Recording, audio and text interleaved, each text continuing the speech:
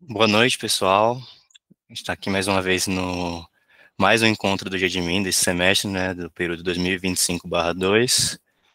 Meu nome é Danilo, eu sou coordenador do grupo de estudo, junto com a Juliana e o Maicon, que estão aqui. E hoje a gente está aqui para falar de um tema super importante, que é a segurança de barragens, mais especificamente a resolução ANM número 220 de 2025.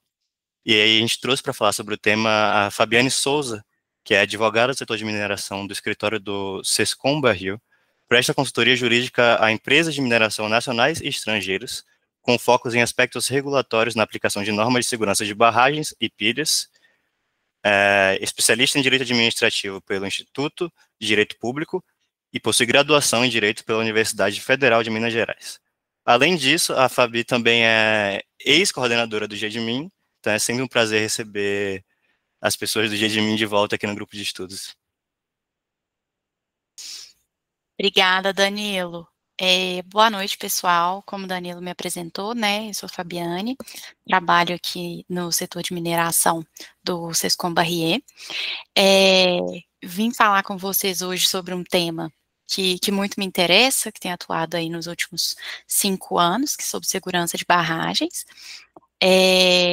Sempre muito bom, fui coordenadora junto com, não fui na mesma época do Danilo, né, mas fui coordenadora aqui, nem do Danilo, nem da Ju, mas fui coordenadora durante, acho que 5 ou 6 semestres, se não me engano, então, assim, participei bastante, sei o quanto o grupo é importante, quanto que o grupo contribui com as discussões, e o quanto é relevante ter um grupo de estudos em direito minerário no maior estado mineiro, né, de mineração, que mais explora mineração no Brasil. A gente tem que ter isso, essa iniciativa ela tem que perpetuar, então é muito interessante ver que o grupo já tem bastante tempo e está aí agora em boas mãos, ainda em boas mãos com o pessoal, com o Maicon, com a Ju e com o Danilo.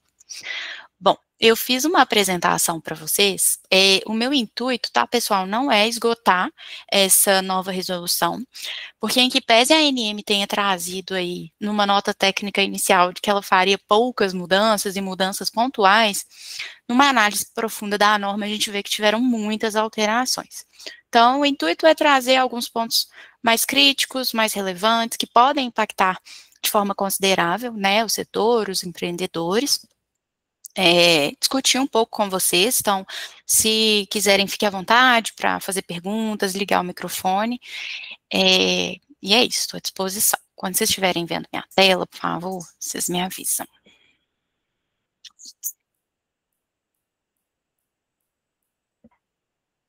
Oi. Oi, Fabi. Deixa eu ver aqui, só para eu continuar vendo vocês, vou abaixar essa. Beleza. Bom, eu trouxe aqui, pessoal, alguns temas para a gente discutir. O primeiro tema, a primeira parte aqui que eu quero discutir com vocês seria as competências, como a gente está aí numa aula de direito, acho que né, interessante a gente saber de onde que a gente vai retirar essas competências, por que que a ANM é o órgão regulador e pode, né, instituir normas de segurança de barragens para as barragens de mineração.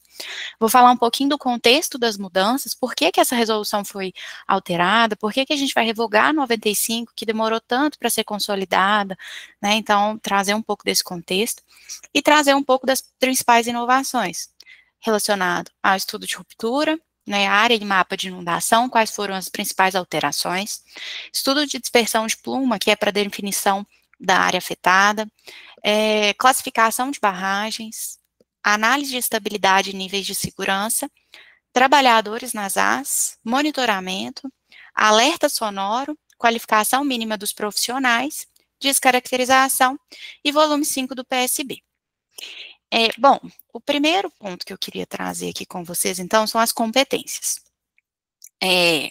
Para o pessoal aí, eu sei que o grupo, né, pelo menos na minha época, o grupo era bem diverso, então tem gente desde o primeiro período participando, pessoal que é de fora do direito, então, meu objetivo aqui é tentar trazer um pouco, para ser um pouco mais objetiva aqui, para dizer para vocês, competência a gente vai buscar em lei, né, não vai ser uma norma infralegal, ela vai delegar a competência, mas a competência inicial, ela vem de uma lei.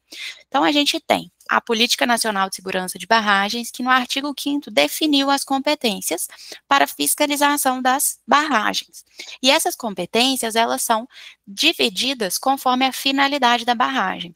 Então, uma barragem de água, ela é regulamentada de acordo lá com o artigo 5º, ela vai ser, vou até abrir o artigo 5º aqui para eu ler com vocês, que ela vai falar que a fiscalização de segurança de barragens, ela é, sem prejuízo das ações fiscalizatórias dos órgãos ambientais, ela é atribuída à entidade que outorga o direito de uso de recursos hídricos, observado o domínio do corpo hídrico, quando o objeto for acumulação de água, exceto para fins de aproveitamento hidrelétrico. Então, o que isso quer dizer? Exceto as barragens que são utilizadas para fins de aproveitamento hidrelétrico, ou seja, que geração de energia, as barragens de contenção de água, elas serão fiscalizadas por quem outorgou o uso de recursos hídricos. E quem faz isso? Ou é a ANA, Agência Nacional de Águas, que é quem outorga o uso de recursos hídricos para rios federais, ou vai ser, então, o órgão estadual de recursos hídricos, né?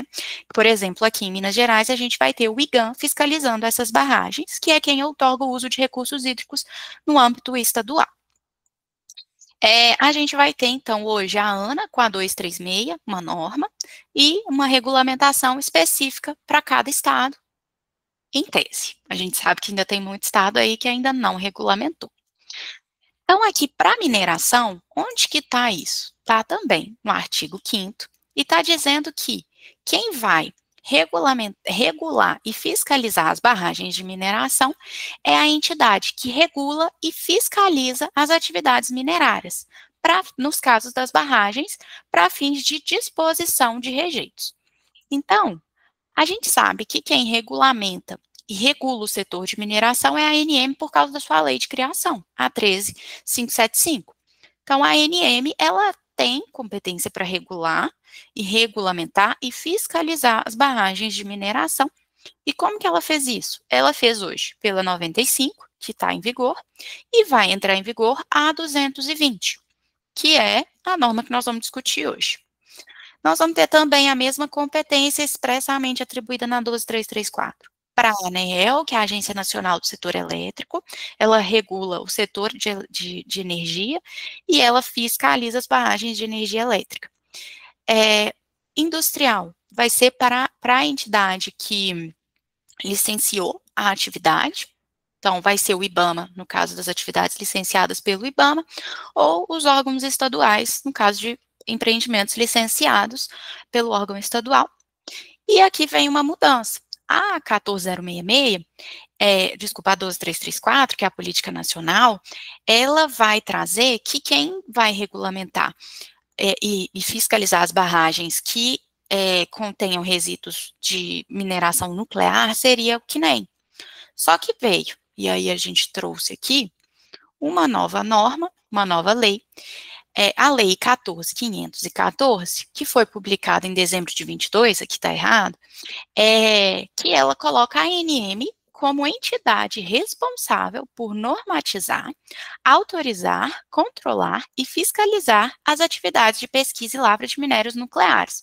Ela altera a lei de criação da ANM para colocar na ANM essa competência.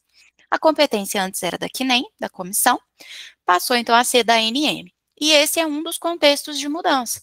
Se antes eu tinha uma regulamentação específica da CNEM, hoje eu tenho que a ANM tem que se adequar para poder adequar o seu normativo para que ela possa também fiscalizar essas estruturas. Então, qual que é o contexto de mudança? Veio a publicação da 14.514, trazendo para a ANM essa competência. Veio a resolução do CNRH 241, e o CNRH é o Conselho Nacional de Recursos Hídricos, que alterou os quadros de classificação da categoria de risco da barragem e do dano potencial associado de barragens.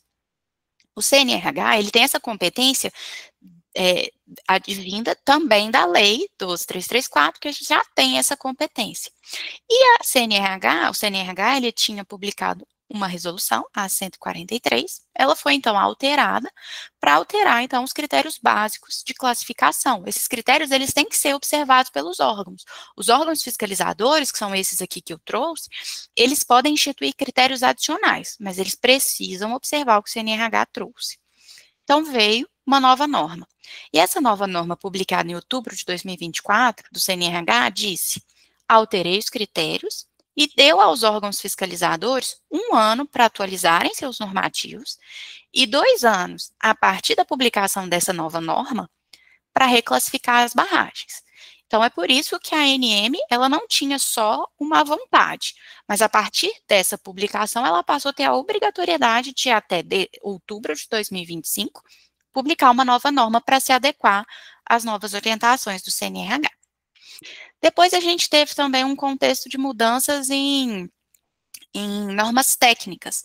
A gente teve a publicação da BNT-NBR 17188, em junho de 2024, e lá em novembro, a gente também teve a 13028. A 17188, ela é aplicável aos estudos de ruptura de barragens, enquanto a 13028, ela é aplicável às barragens de rejeito. São normas técnicas utilizadas pelos engenheiros como parâmetros para elaboração de projetos, para avaliação de estabilidade, etc. Essas normas técnicas, inicialmente, elas eram utilizadas como boas práticas, mas a gente vai ver mais para frente que a ANM tornou obrigatória, no texto da 220, que o empreendedor observe essas normas. Então, deixa de ser uma observância a título de boas práticas e passa a ser obrigatório. Depois a gente também teve a publicação do boletim iCode 194, em abril, que também teve aí algumas inovações, trouxe alguns pontos. E depois a gente teve também, e aqui ficou um pouco fora de ordem, mas essa proposta do CONFEA, ela foi em dezembro de 2022, para que o CONFEA, que é o Conselho Federal de Engenharia e Agronomia, sugerindo que a ANM alterasse a redação da 95 no que se refere aos critérios de qualificação mínima dos profissionais habilitados a atuar com segurança de barragens. O CONFEA trouxe essa proposta e, diante disso, tudo que a ANM foi recebendo ao longo do tempo e desse, digamos, ultimato que a CNRH deu para a ANM, ela não havia outra alternativa que não adequar seu normativo. A ANM fez uma análise de impacto regulatório, avaliando se ela deveria, a partir dessas novas normas, publicar uma nova resolução e revogar a 95, se ela deveria fazer alterações pontuais, se ela deveria não fazer nada, ou se ela deveria fazer alterações bruscas na norma. Isso é um procedimento que é obrigatório, uma análise de impacto regulatório, ela é obrigatória por causa da lei das agências reguladoras, né, e do próprio decreto regulamentador. E na análise de impacto regulatório, que foi feito antes de uma minuta, e acaba sendo um procedimento padrão fazer antes de uma minuta, na análise de impacto regulatório, a ANM ainda trouxe um outro ponto, que era, hoje eu exijo do empreendedor com uma barragem com baixo risco, com baixo DPA, muitas obrigações que não são necessárias para aquela estrutura. Então, a ANM trouxe também como um ponto de relevância para a alteração da norma a necessidade de implementar obrigações compatíveis com a complexidade e riscos associados às barragens. Uma espécie de redução, talvez, de fardo regulatório, que a gente possa assim dizer. Então, diante disso tudo, quando fez a análise de impacto regulatório, a ANM chegou à conclusão de que ela iria, então, revogar a 95 e criar um novo texto do zero, óbvio, trazendo tudo que a própria ANM já tinha construído ao longo do tempo, se valendo de muita coisa, mas mudando a organização da norma, mudando algumas obrigações ainda assim, alterando os critérios de classificação, dando novos prazos, estabelecendo prazos específicos, que às vezes a norma era muitas vezes omissa. Então, a ANM decidiu, então, publicar uma nova norma. Essa norma foi disponibilizada para consulta pública, o setor participou, A partir da análise das contribuições, a ANM publicou a Resolução 220, que vai entrar em vigor em 2 de agosto de 2027, mas os empreendedores não podem, né, de forma nenhuma, deixar para observar a norma só ano que vem, porque a gente tem muitas obrigações que precisam ser adequadas. Pessoal, se alguém tiver alguma dúvida até aqui, pode ficar à vontade, tá? Bom, agora a gente vai falar um pouquinho do estudo de ruptura hipotética. O que que acontece? Antes, vou até abrir uma colinha que eu fiz aqui com uma questão. Antes, a gente tinha, para a área de inundação, que ela seria o... Peraí, pessoal. Certo. Tá. Antes, a gente tinha, né, a gente não tinha na CNRH um conceito de área de inundação. Ele foi incluído agora com a 241. A gente tinha um conceito de área afetada que basicamente se remetia à área de inundação. A área de inundação, então, com a nova norma, né, com a CNRH, ela, voltando, com a 95, a gente estabelecia que o empreendedor ele tinha que fazer o estudo de ruptura, mas a ANM não estabelecia qual era o cenário. Então, para quem não está talvez tão no dia a dia assim, o empreendedor, quando ele tem uma barragem, ele tem que fazer um estudo de ruptura hipotética. Ele avalia a partir de programas de computador, ele simula sob quais condições, de qual forma a estrutura poderia eventualmente romper. E ele avalia isso, ele gera diversas áreas de inundação a partir desse resultado, e ele avalia qual estrutura qual rompimento formaria o pior cenário para que ele possa planejar as ações de emergência. Isso, pessoal, não tem relação com a probabilidade de rompimento de uma estrutura. Isso, na verdade, tem só relação com a área potencialmente inundada se eventualmente a estrutura romper. Mas as estruturas que têm DCE, que estão estáveis, que estão seguras, também têm estudo de ruptura, porque isso não tem relação com probabilidade. É uma obrigação legal independente da estrutura, que tem que ser feita, inclusive, antes da barragem ser construída. Para novas barragens, a gente faz isso antes da barragem ser construída. Bom, a ANM só dizia que eu tinha que fazer esse estudo.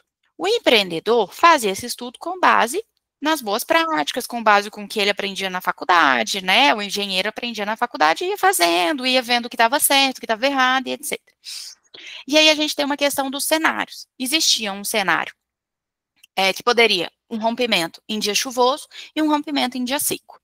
A ANM, ela não estabelecia que tipo de cenário que eu tinha que observar. Se eu tinha que prever se o rompimento ia acontecer num dia chuvoso ou num dia seco, a ANM não entrava nesse critério, mas frequentemente ela fazia exigências para o empreendedor para que ele retificasse o estudo, complementasse o estudo, para exigir que ele contemplasse o outro cenário. Se o empreendedor considerou só o cenário chuvoso, a ANM pedia que ele considerasse o cenário de dia seco e vice-versa.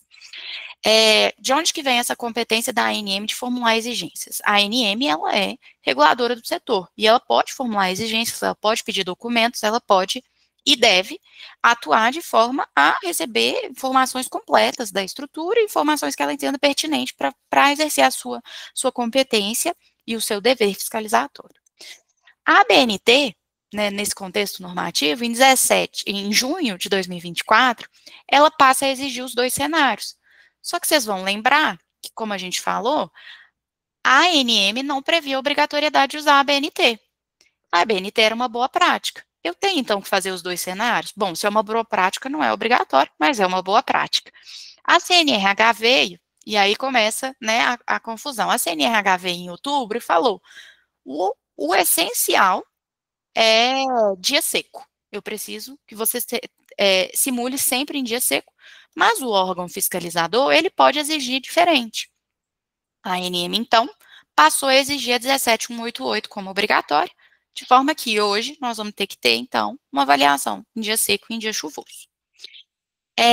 Outro ponto relevante é que a ANM alterou o conceito de área de inundação e a gente vai precisar simular o rompimento para cada uma das estruturas que formam o reservatório. E aqui embaixo, dia seco e dia chuvoso. O que quer dizer isso? Quer dizer que eu não vou mais obter apenas uma área de inundação se eu tiver mais de uma estrutura que compõe o meu reservatório. Eu posso ter mais de uma área de inundação porque eu posso ter estruturas diferentes que se rompem. Então, o objetivo da ANM é, eu não quero o pior cenário, eu quero todos os cenários, eu quero todos os piores cenários de cada uma das estruturas que compõem o reservatório. Eu não quero o pior da sua estrutura, quero todos. É relevante. A ABNT é obrigatória e o prazo. Bom, como vocês bem sabem, né, no direito, qualquer tipo de alteração que a gente tem normativa, a gente tem que ter aí um prazo, uma regra de transição, um prazo para os empreendedores se adequarem, um prazo que seja razoável. Nesse caso aqui, a ANM entendeu que um prazo aí de pouco menos de 2 anos seria razoável para elaborar os estudos e enviar via SIGBM os mapas e os estudos, né? Bom, para o próximo aqui, nós vamos passar para os estudos de dispersão de pluma. A CNRH, ela trazia o conceito, né, só de área afetada, não trazia o conceito de área de inundação. E ela entendia que a área afetada é a área situada a montante e a jusante da barragem. Termos leigos acima ou abaixo da barragem. Agora, a nova redação, ela traz que a área afetada é a área jusante, é para baixo da estrutura, para o lado que, não é para baixo, né, mas para o lado que a estrutura eventualmente romperia. E aí ela muda. A CNRH traz aí um conceito novo, relevante, que é o conceito de área afetada, que seria a área de inundação, que é a área potencialmente afetada por uma onda de inundação caso a estrutura rompa, mais aquela área em que haja propagação de rejeitos, sedimentos e resíduos oriundos da ruptura. Por quê? Porque hoje, quando eu vou fazer meu mapa minha área de inundação, eu tenho um critério de parada de onda. O critério ele vai ser definido pelo profissional. A 17188 ela traz alguns critérios que podem ser utilizados pelo profissional como critério de parada de onda, mas é basicamente um determinado momento em que a onda de inundação, aquela propagação da onda, ela já não causa mais risco a vidas humanas, né, por exemplo, a pessoa não seria levada, alguma coisa nesse sentido, relação com o risco hidrodinâmico. Agora, a propagação, ela não vai pensar só no risco hidrodinâmico, ela vai pensar na propagação do rejeito, sedimentos e resíduos oriundos da ruptura, e aí ela vai falar, mas até onde, né, porque isso pode ser infinito, né, a gente precisa de um critério de parada, porque senão o estudo ele perde até o objetivo. E aí ela diz que naquelas áreas em que essa propagação possa descontinuar as atividades econômicas, impactar serviços públicos essenciais e atingir áreas de interesse e proteção ambiental. Então, esse é o conceito de área afetada. Por que que ele é relevante? Porque hoje a gente vai considerar a área afetada para fins de cálculo do DPA, que é o dano potencial associado da barragem.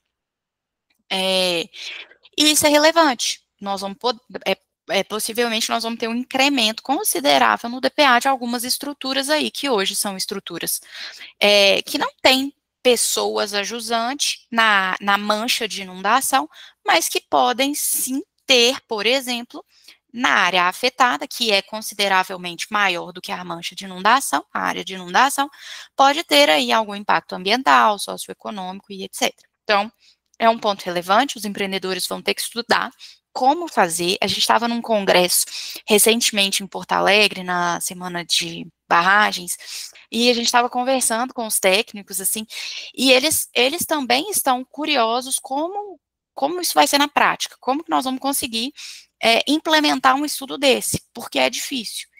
E, bom, a metodologia, a ANM falou, pode ser, no mínimo, a área de inundação, mas mais um modelo de propagação de sólidos ou outros poluentes, então eu avalio, por exemplo, eu posso avaliar, e aí os técnicos vão estudar, né, gente, mas assim, eu posso avaliar se naquele determinado, de acordo com a classificação, aquele determinado sedimento, aquela determinada composição é aceitável, não causa risco, mas assim, tudo isso vai ter que ser avaliado pelo time técnico, né, pelos empreendedores na elaboração, então por isso que a gente tem que se movimentar desde já para atender.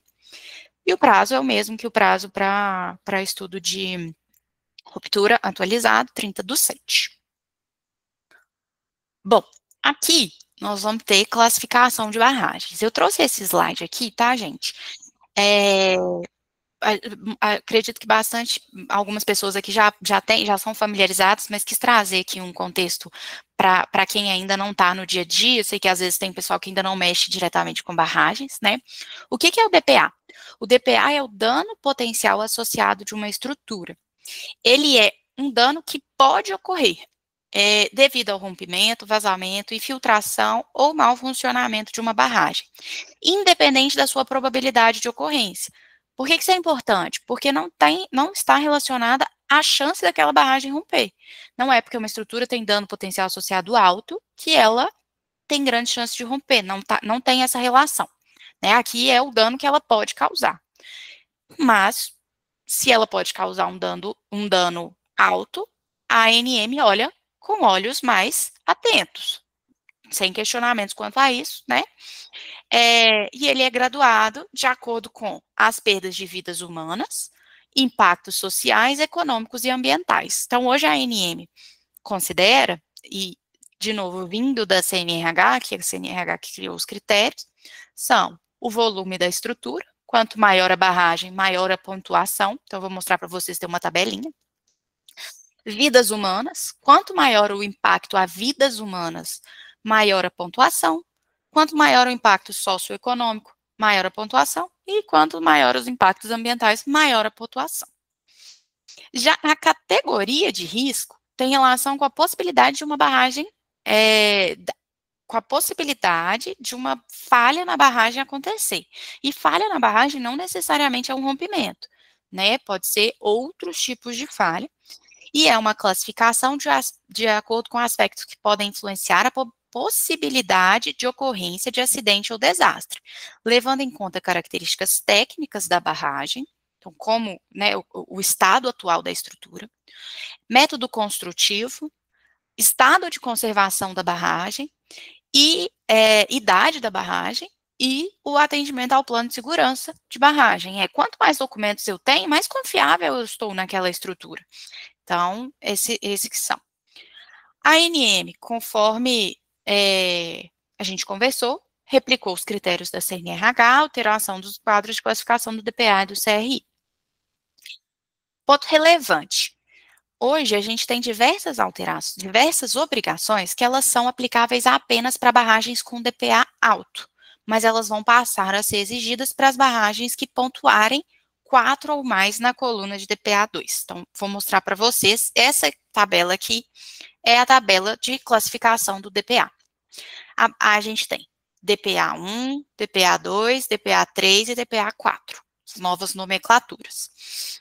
Então, a ANM tem grande preocupação com a perda de vidas humanas, então ela falou o seguinte, independente se você pontuar, no final das contas, somar de alto, médio ou baixo, se você pontuar 4 ou 5 nessa coluna aqui, você vai atender essas obrigações. Então, um olhar mais atento para essas estruturas, que são estruturas que têm edificações ocupadas permanentemente ou residentes na área de inundação, em zonas rurais ou zona urbana. Isso aqui foi uma diferenciação que a CNRH fez, mas a ANM não está fazendo distinção. As obrigações são, independente se seja zona urbana ou zona rural, se você tem edificações ocupadas permanentemente na área de inundação, você vai atender essas obrigações. Coloquei aqui algumas delas. Uma que é relevante, que teve uma alteração, hoje o monitoramento automatizado é para barragens com DPA alto. Aqui a ANM alterou que será apenas para barragens com DPA 2 maior ou igual a 4. Bom, aqui pode ser um pouco confuso no início, mas quando vocês derem uma olhada com calma, vocês vão conseguir entender que faz sentido. A ANM quer dizer o seguinte, você vai olhar, qual o seu volume? O meu volume está aqui, entre 5 hectômetros e 25 hectômetros. Então eu pontuei 3 pontos. Mas não existe ninguém permanente debaixo da minha barragem. Então, eu pontuei 0. Mas eu tenho uma área de proteção integral. Então, eu pontuei mais 5. Então, 3 mais 5, 8. E aí, eu tenho lá no final falando se o meu DPA vai ser alto, médio ou baixo. Tá? E aí, voltando, a gente teve alteração nos critérios de classificação do CRI, conforme CNRH, esses critérios estão lá na tabela que tem que ser avaliados, né, e atendidos, e eles impactam em algumas outras obrigações que a gente vai ver aqui na frente.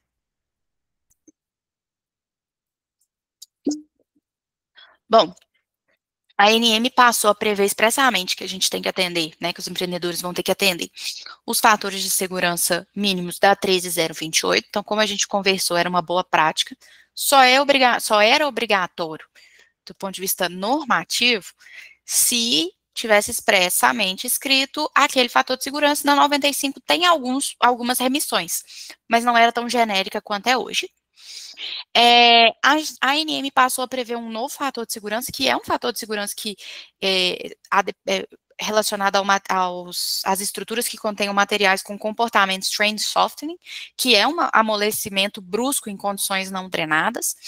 E aí, nesse caso, a ANM colocou alguns prazos para o empreendedor atingir esses fatores de segurança. E para atender esses fatores de segurança, o empreendedor vai ter que fazer algumas obras, possivelmente, né? Pode ser que o empreendedor já atinja hoje, mas pode ser que ele tenha que fazer algumas obras. A ANM deu esse prazo, então hoje o prazo para atingir o fator de 1,1 vai ser de 2/8/2029, porque o prazo é 2 anos da entrada em vigor da norma, a norma entra em vigor 2/8/2027. O prazo para atingir o fator de segurança de 1,5, quando as estruturas possuírem esse material com comportamento strain softening, e tiverem comunidade nas AS, novamente, a preocupação da ANM com pessoas, esses empreendedores eles vão ter que atingir um fator de segurança ainda maior. Então, se para uma barragem que não tem pessoas é 1,1 neste caso, para as estruturas que tenham esse material e que tenham comunidade, o fator de segurança vai ter que ser 1,5. E aí aqui é um ponto relevante que se a barragem ela não contém material que apresenta comportamento strain softening, mas ela tem material sujeito à mobilização por resistência não drenada em condição normal, o prazo para atender esse fator de segurança é esse ano, 31/12, que é o prazo que vem lá do artigo 54. Se a barragem, agora, com a entrada em vigor da norma, ela vai avaliar, descobre-se que, né, chega-se à conclusão, tenho esse material, mas esse material ele não é sujeito à mobilização por resistência não drenada em condições normais, mas eu tenho que atingir o fator de 1,5 porque o material tem comportamento de amolecimento brusco em condições não drenadas, o meu prazo vai ser 2/8/2027, que é quando entra em vigor a norma. Esses aqui são parâmetros que já estavam na BNT e a ANM replicou apenas com o intuito de dar esse prazo, essa regra de transição, e colocar um fator de segurança mais rigoroso para as barragens com comunidades, nas AS. Bom, aí a gente teve aí bastante alteração nos níveis. Hoje a ANM chama de níveis de emergência, mas, na verdade, a ANM mudou agora para, na resolução 220, chamar de níveis de segurança da barragem. Então, nós vamos ter o nível normal, atenção, alerta, crítico e emergência. Eu não vou passar todos com vocês, porque acho que né, não tem necessidade. O que eu acho que é interessante saber, né, e recordar. Os quadros de classificação do estado de conservação foram alterados. Com isso, a gente vai ter alterações nos gatilhos. Com isso, eu vou ter que alterar o meu plano de ação emergencial, eu vou ter que alterar os gatilhos que eu prevejo no meu plano, porque eu vou ter um critério diferente para ser enquadrado. Eu tenho alguns critérios novos, então, por exemplo, não enviar 2 extratos seguidos. Esse é um novo critério que agora gera atenção, o antigo alerta, e por aí vai. A gente vai ter, então, o alerta, que é o atual nível 1 de emergência, e a gente vai ter o nível 2 de emergência correspondendo ao crítico, e o nível 3 de emergência, que aí agora vai ser emergência. O objetivo da ANM, e que faz todo sentido, hoje a gente fala que está em nível 1 de emergência, mas é difícil para a população entender o que significa nível 1 de emergência, né? Então, deixa eu falar emergência quando ela estiver em emergência. Não é dizer que não tem problema, que não há medidas a serem tomadas, não é isso. A ANM está dando andamento e ela está fiscalizando essas estruturas, mas o objetivo é que isso reflita a realidade da estrutura, porque quando eu digo nível de emergência, as pessoas se assustam mesmo, né? E é relevante, é razoável. Bom, um outro ponto muito importante que a gente teve de alteração é com questão de trabalhadores nas AS. Hoje, a gente tem com a 14066, a gente teve uma alteração na política nacional que passou a prever que somente se admite nas AS das barragens de mineração trabalhadores estritamente necessários às atividades de operação, manutenção e monitoramento da barragem e de estruturas e equipamentos associados à barragem. A ANM, quando foi regulamentar o dispositivo, ela disse, né, por meio do artigo 56, que para fins da resolução seriam consideradas estruturas e equipamentos associados às áreas de lavra, de beneficiamento e de disposição de rejeitos estéreis de empreendimentos implantados com título em vigor até a entrada em vigor da 14066. Do ponto de vista normativo, isso tem relação com o conceito técnico, com o conceito integral do próprio empreendimento, com a questão do PAE, o PAE já tinha sido aprovado, aquelas estruturas, a rigidez locacional, né, a impossibilidade de eu mover, por exemplo, uma cava, e por aí vai. E aí, a nova resolução, o texto veio trocando completamente o conceito para dizer que não serão consideradas estruturas e equipamentos associados à barragem, justamente essas áreas que antes eram consideradas. Então, é uma alteração relevante para o setor, e o prazo para atendimento dessa norma vai ser, então, com a entrada em vigor da resolução 2/8 de 2027, os empreendedores vão ter que se adequar. Um outro ponto que eu queria trazer para vocês, questão de monitoramento.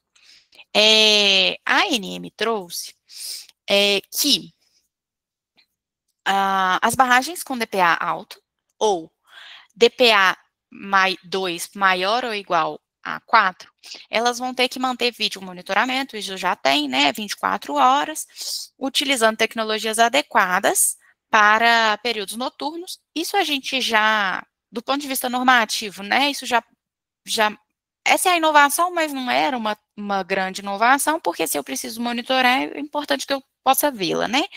O ponto principal aqui é que a ANM previu que, mediante solicitação formal da ANM, o empreendedor vai ter que integrar os dados específicos do seu sistema de monitoramento automatizado aos sistemas de alerta da ANM. É uma alteração considerável, né? A gente não sabe como isso vai ser feito, a partir de qual vai ser o parâmetro utilizado pela ANM, de quem que a ANM vai pedir, qual que vai ser esse prazo, quem que vai custear isso, o que a ANM vai fazer com esses dados, porque a gente sabe que pode ter, por exemplo, dados equivocados, a ANM vai receber esses dados e como ela vai tratar esses dados. Então, assim, ainda tem aí a ausência de critérios objetivos para saber quem vai receber esses dados, quando, quem pode ser que seja solicitado formalmente, e previsibilidade. Eu não consigo agora me preparar para isso aqui, porque eu não sei se eu vou ter essa demanda da ANM. O que a gente sabe é que, na minuta disponibilizada para consulta pública, a ANM havia colocado que para todas as barragens que tivessem mais de 1.000 residentes nas AS, ou na mancha de inundação, não tenho certeza. Mas o setor falou, olha, mas esse número, ele não faz, né, ele não tem um porquê, o número em si, né? Por que a gente vai usar um número?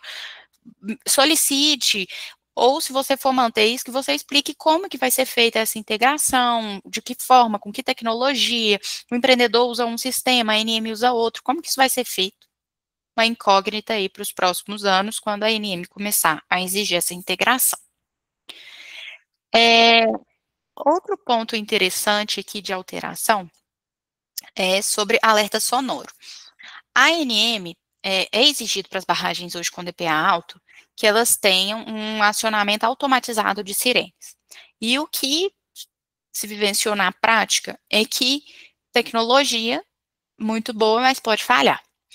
E aí a gente já viu, né, alguns casos na mídia em que esses acionamentos eles foram indevidos. A barragem estava segura, não havia qualquer indício de qualquer tipo de dano, de falha da estrutura, mas ainda assim as sirenes foram acionadas.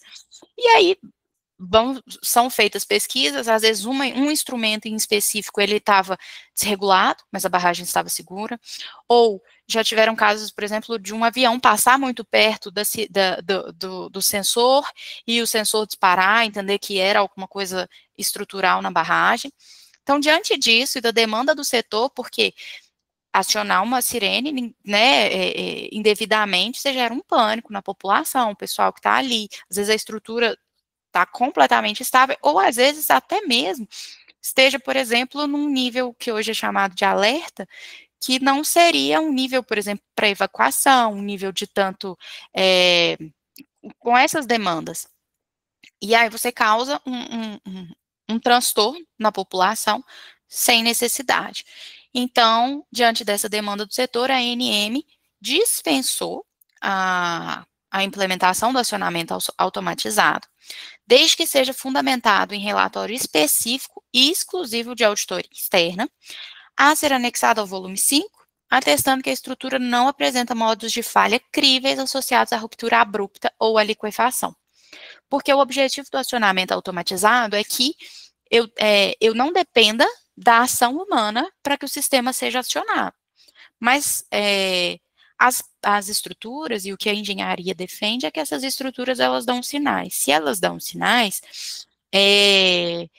existe sinais que são muito mais próximos do evento e sinais que são muito anteriores ao evento.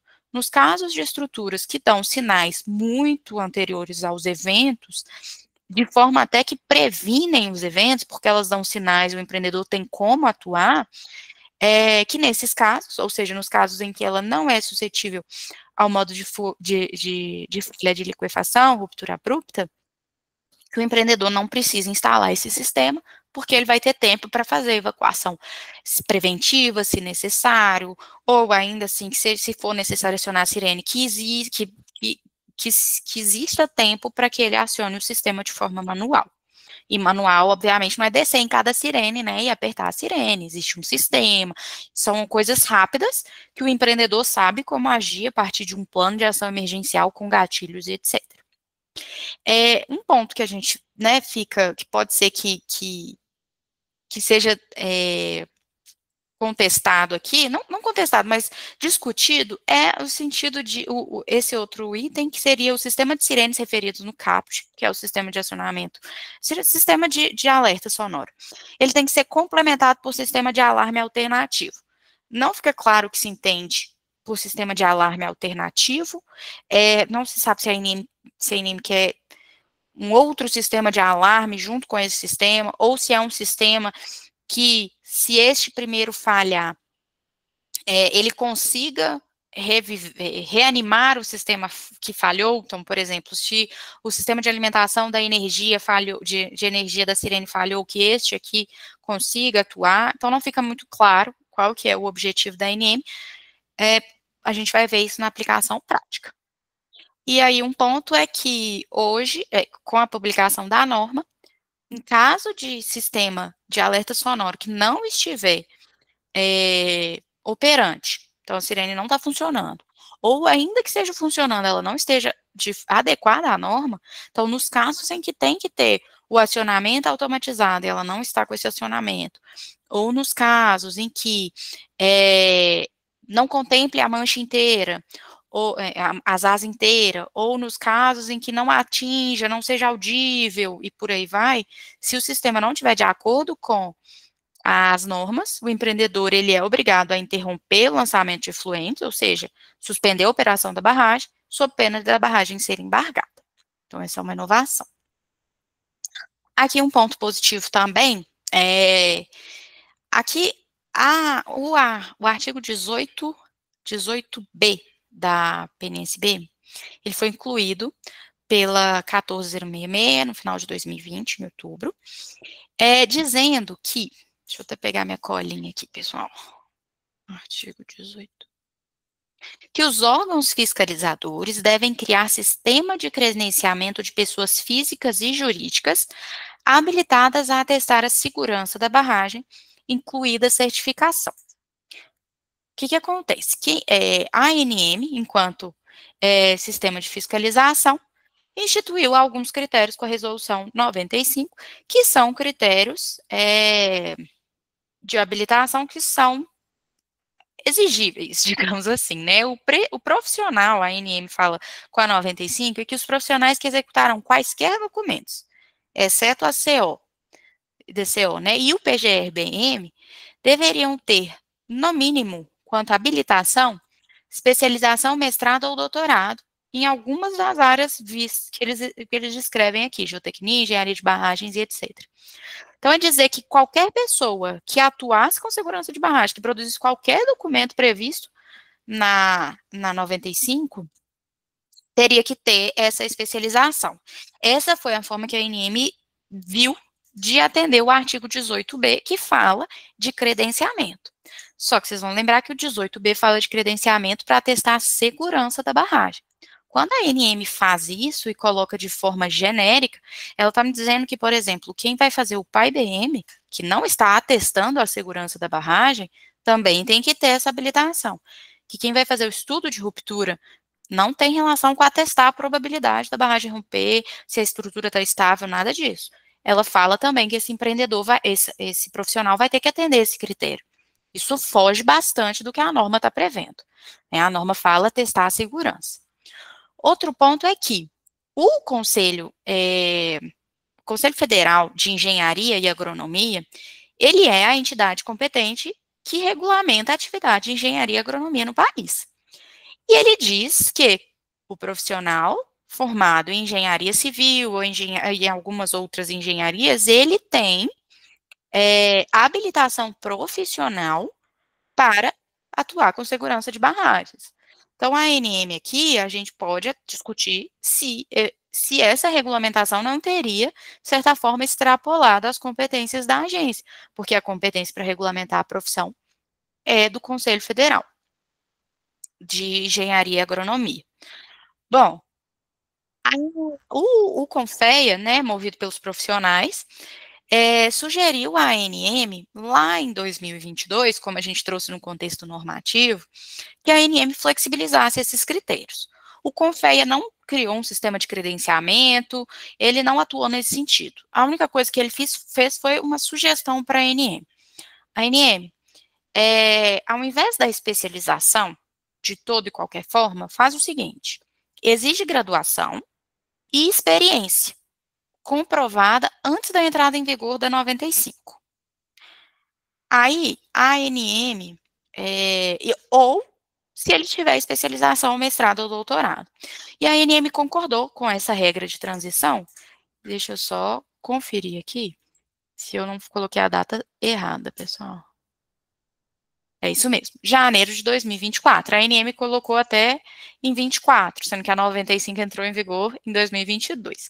A ANM colocou: se você tiver graduação em nível superior, com habilitação legal para atuar, ou seja, um engenheiro civil, e você tiver experiência comprovada por acervo técnico, ART ou CAT, registrado antes de 1º de janeiro de 2024, tudo bem.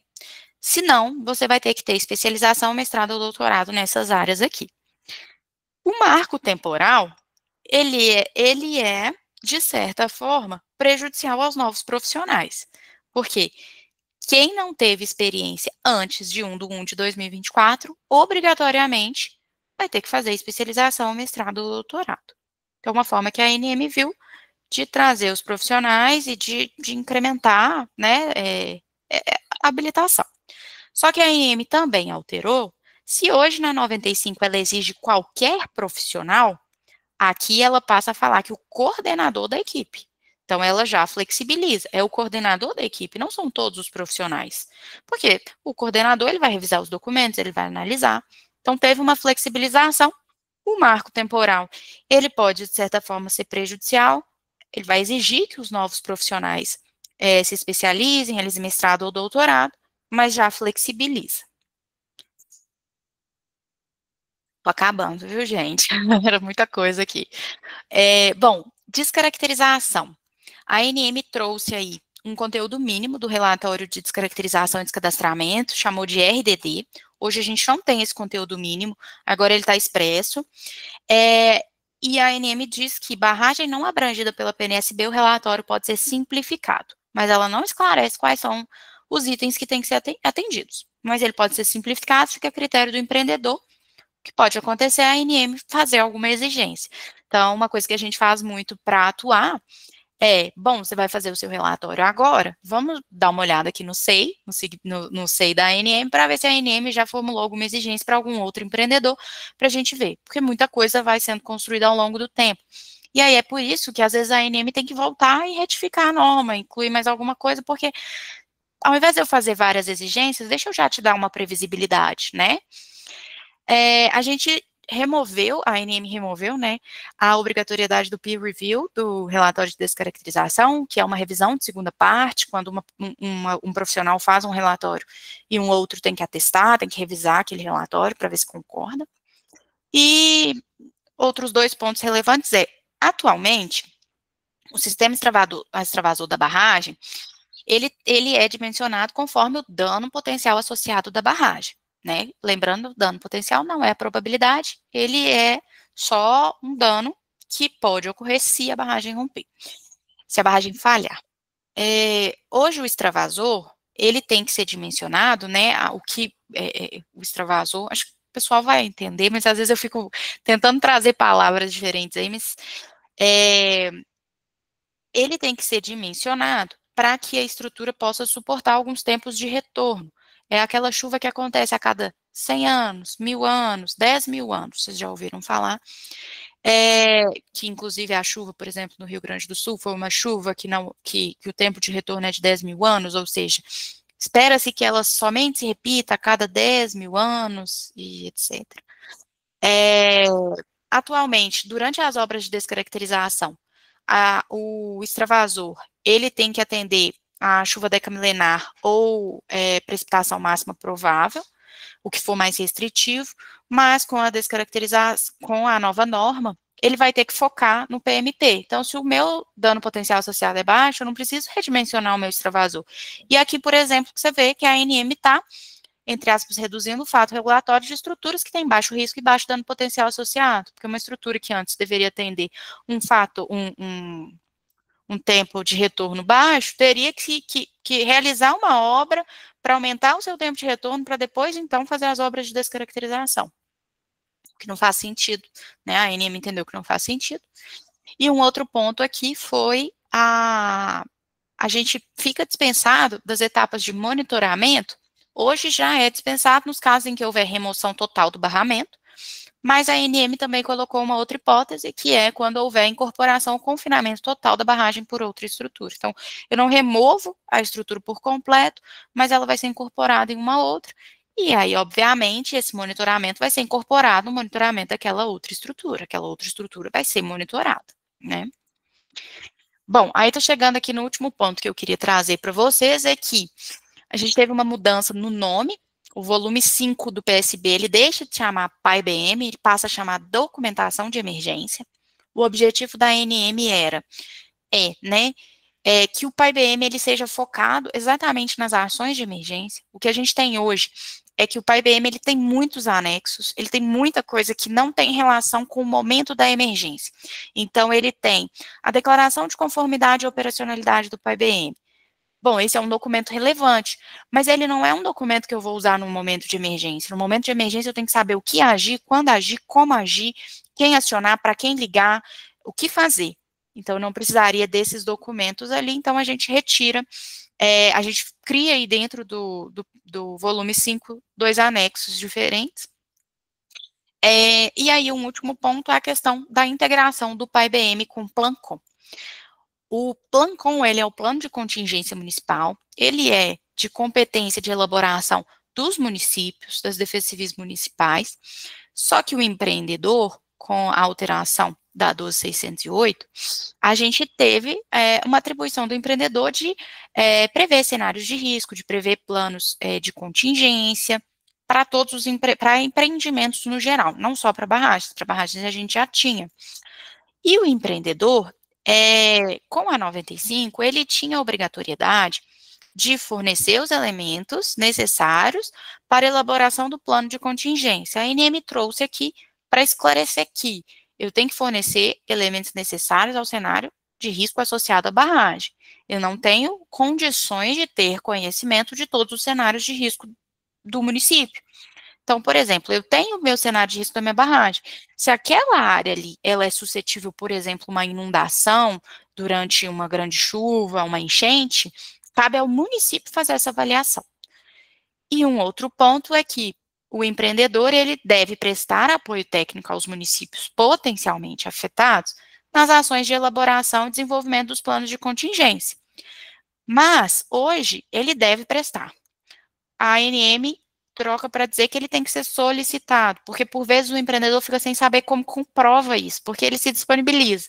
O município não requer e o empreendedor fica muito, às vezes, sem saber como comprovar que eu posso fornecer.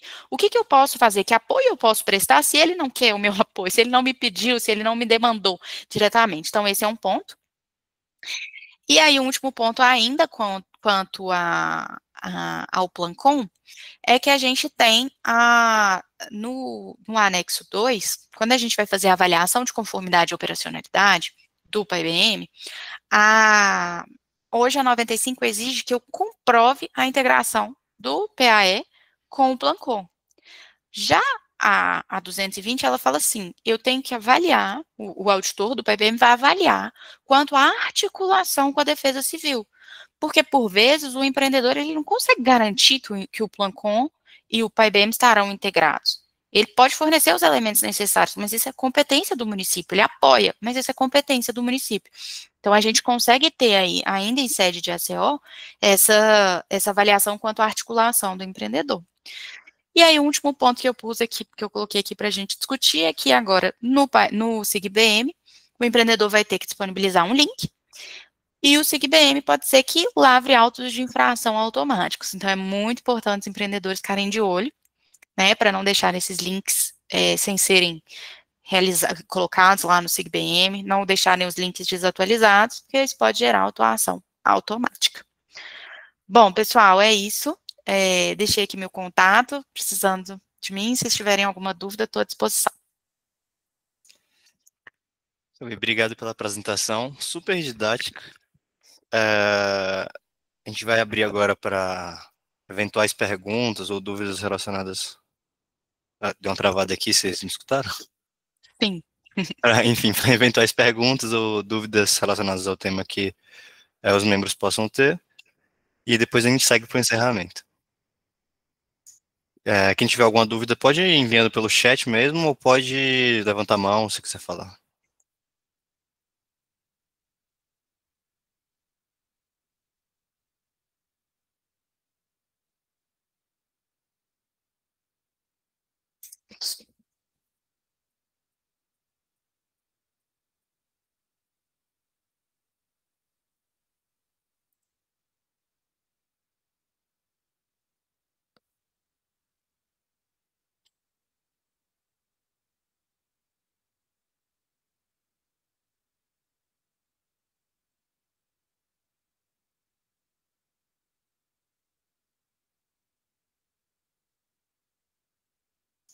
Bom, alguém tem alguma dúvida sobre o assunto?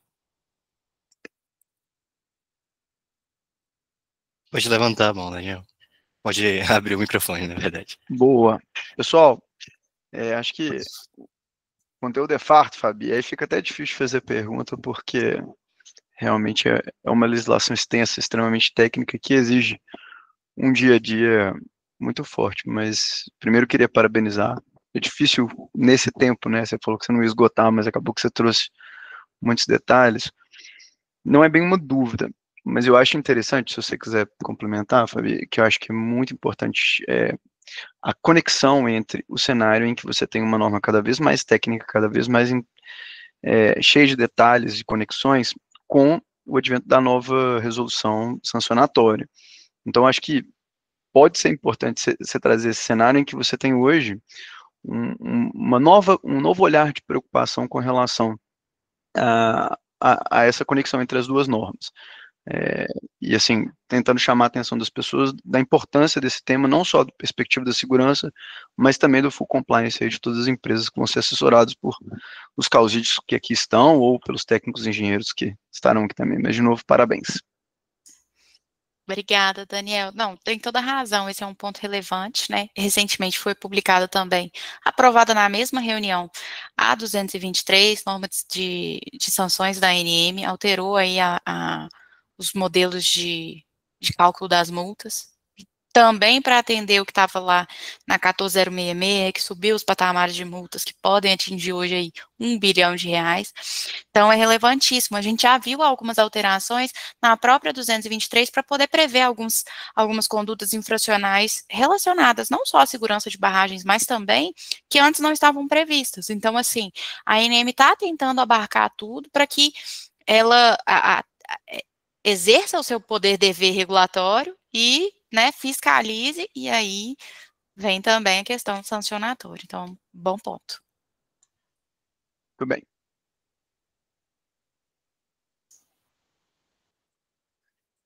Mais alguém tem alguma contribuição?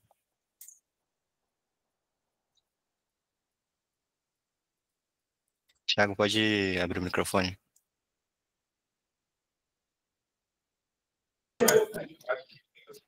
E aí, pessoal, boa noite. Fabi, parabéns. Você está afiadíssima, né? A gente está aí no dia a dia das normas de barragem. Acho que você é uma das pessoas que mais entende disso atualmente. A gente tem visto, né, Fabi, muita discussão. Aí não sei se você falou no início que eu perdi, desculpa, até peço perdão por não ter acompanhado desde o começo, sobre o debate de a gente ter hoje, nesse momento, a 95 vigente e a 220 publicada, mas que vai entrar em vigor só em agosto de 27. E isso acho que é uma grande dúvida, né? Porque a gente do direito, a gente consegue compreender melhor esse momento em que já publicou a norma, mas que o efeito vai valer só daqui para frente. E aí, nesse meio do caminho, a gente tem a norma, entre aspas, antiga valendo, e fica uma confusão. O que você acha disso, né? Assim, eu, pelo menos, acho que isso pode gerar uma grande dúvida de quem está na ponta para aplicar essa norma, considerando que a gente teve alterações relevantes, né? Algumas coisas se mantiveram, mas tem coisa nova aí. O que você acha desse momento que a gente está vivendo agora aí? Parabéns de novo. Obrigada, Thiago. Na verdade, assim, o que eu cheguei a comentar foi, a norma vai entrar em vigor em 2/8/27, mas a gente não pode deixar para pensar nela só lá. A gente tem muita coisa para fazer, os empreendedores têm muita coisa para aprimorar, mas, né, para atender a norma mesmo, muitos documentos para elaborar, reclassificar as estruturas, mandar para a ANM, mas esse é um ponto importante. A gente tem que sempre que lembrar que não é que o que vale hoje é o que está em vigor. Então, por exemplo, hoje a gente vai ter a dispensa de acionamento automatizado de sirenes, com base num relatório, mas eu não posso sair desligando minhas sirenes por causa desse relatório hoje, não. A norma hoje ainda está em vigor e é para barragens com DPA alto. Então, a ANM pode eventualmente me dispensar com base nesse relatório, se ela entender do ponto de vista técnico, que aquilo faz sentido naquele momento, mas não é algo automático, não é porque eu tenho o relatório neste momento, enquanto a norma não entrou em vigor, que eu já posso sair desligando sirene, que eu já posso mudar as classificações, então esse é um ponto bem relevante mesmo, o pessoal tem que ficar atento. Legal, Fabi, obrigado, parabéns de novo. A Maria tinha levantado a mão, você gostaria de falar alguma coisa? Não, foi sem querer. Sem problema. Então, se ninguém tiver mais alguma contribuição, vamos seguir para o encerramento. Mais uma vez, eu queria agradecer a Fabi por participar aqui da reunião. Bom, a aula dela realmente foi uma aula, não foi só uma apresentação, foi muito didática. Acho que por isso que muita gente ficou sem ter uma dúvida, uma contribuição no final, porque eu mesmo estava o tempo todo pensando, bom, como na coordenação do dia de mim, a gente pensa bastante, se não tiver nenhuma dúvida, alguma coisa para perguntar, e eu não consegui achar uma coisa dentre os assuntos que você falou para, enfim, elaborar uma pergunta, porque eu achei que foi tudo muito didático, tudo muito bem explicado, e, assim, vendo a essência do Jejimin, né, que tem essa mistura de gente de direito, gente de engenharia, gente que não está em nenhum dos dois, está aqui só pela mineração em geral. Então, eu queria agradecer, muito obrigado, e é sempre um prazer receber a galera que já foi da coordenação do Jejimin aqui no grupo. Olha, eu queria agradecer vocês pelo convite. Gostei muito. Primeira vez que eu participo aqui no Jejimin, então estou muito feliz. Parabéns pela condução do grupo. Não deixa essa peteca cair mesmo. Eu sei que às vezes dá trabalho, igual eu falei com vocês, fui coordenadora aí 5 ou 6 semestres, é uma coisa que dá trabalho, às vezes a gente se sente, nossa, e agora, qual outro assunto, chamar a atenção do pessoal, porque a gente quer sempre inovar, mas é isso, e vocês não estão deixando a peteca cair, tá muito legal a divulgação de vocês no grupo, LinkedIn, então parabéns pela coordenação, pela organização dos temas, vocês estão pensando fora da caixinha, estão trazendo pessoas de fora, a gente está vendo que vocês estão trazendo pessoas diferentes para palestrar, que isso é uma coisa interessante, isso começou muito na pandemia, porque antes o grupo era físico, presencial, né, então assim, o pessoal ficava restrito, eu entrei já na pandemia, já com essa, a gente já estava com essa virada de chave, assim, vamos chamar, agora a gente consegue chamar, então o online nos proporciona isso, né, chamar pessoas diferentes, visões diferentes, e a UFMG é para isso, né, é um espaço de estudo, de discussão, então é muito feliz ver que o grupo tá caminhando, parabéns para vocês, e é isso, muito obrigada, estou à disposição. Nada, Fabi. Acho que foi sem querer. Foi sem querer também, gente. Então tá bom. Tudo certo, então. Então é isso. O aplauso. Então é isso, gente. Aí se a Ju quiser fazer algum comentário. Não, eu queria só agradecer de novo, Fabi, foi ótimo. Sempre, né, bom ouvir sobre o tema e de uma pessoa que conhece tanto. E muito obrigada, a gente espera em outra reunião falar sobre outro tema. E é isso, boa noite, gente. Obrigada. Boa noite. Tchau, tchau. Boa noite, gente. Tchau, tchau.